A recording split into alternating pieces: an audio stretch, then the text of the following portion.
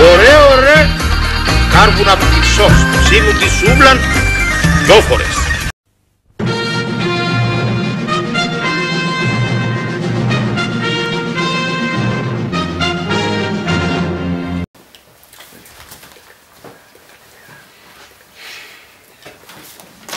Συνεχίζουμε, αγαπητοί τηλεθεατές, με την κανονική ροή του προγράμματός μας με το επόμενο μας θέμα, το οποίο αφορά τα φοιτητικά προβλήματα στο Τεχνολογικό Πανεπιστήμιο Κύπρου.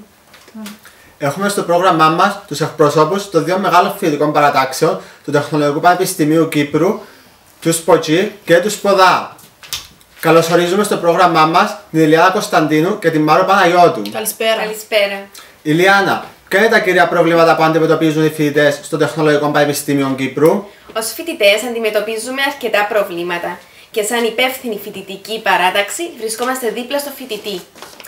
Ένα πρόβλημα όμως είναι η έλλειψη χώρων στέγασης. Το Πανεπιστήμιο εξασφάλισε ελάχιστα υποστατικά με χαμηλό ενοίκιο. Δεν κατάφερε όμως να επιλύσει αυτό το πρόβλημα. Και τι προτείνετε εσείς ως φοιτητική παράταξη για την επίλυση αυτού του προβλήματος? Η πρότασή μας είναι η κυβέρνηση να εξασφαλίσει υποστατικά κοντά στους χώρους διδασκαλίας σε χαμηλό ενοίκιο. Συγγνώμη, αλλά νομίζω πρέπει να διακόψω. Συμφωνούμε με το πρόβλημα αυτό, αλλά η ερώτηση πρέπει να είναι τι έκαμετε ως παράταξη για να λυθεί το πρόβλημα, όχι τι προτείνετε. Και προφανώς η κυβέρνηση, αν την ερωτήσετε, για να δω και χαμηλό αριθμό υποστατικών, σημαίνει ότι δεν υπάρχουν διαθέσιμα τη στιγμή. Και δαμε, κυρία Ηλιάνα, έχουμε να κάνουμε μάθημα, να διαφερθούμε με το που να μείνουν οι φοιτητές. Δηλαδή θεωρείτε ότι δεν είναι αρκετά σημαντικό αυτό το πρόβλημα? Βέβαια σημαντικό, αλλά δεν είναι το ίδιο σημαντικό με το. Δαμε, έχουμε να κάνουμε μάθημα, καταλαβαίνετε, σας λέω τώρα. Συγγνώμη, να σας διακόψω για λίγο. Με ειδοποιούν από το control ότι έχουμε ζωντανή σύνδεση. Έλα, Κρίστη, σε ακούμε. Ναι, έλα, Τόμι, έχουμε μαζί μας την εκπρόσωπο της κεντρικής παράταξης Σταύρη Στρατή. Hi! Κυρία Στρατή, τι έχετε να πείτε για το θέμα? Λοιπόν, εγώ έχω να πω ότι εκπρόσωπο την κεντρική παράταξη του Τεχνολογικού Πανεπιστημίου και ότι εμείς είμαστε κοντά στους φοιτητές και τα λέω κοντά γιατί εμείς το εννοούμε.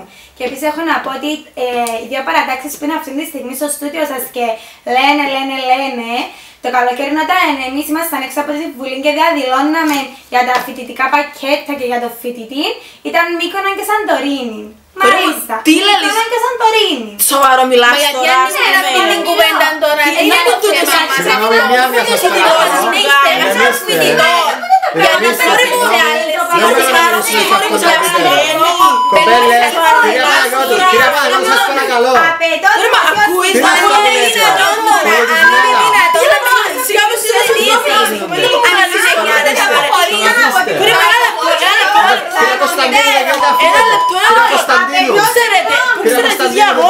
Σταματήστε το γύρισμα.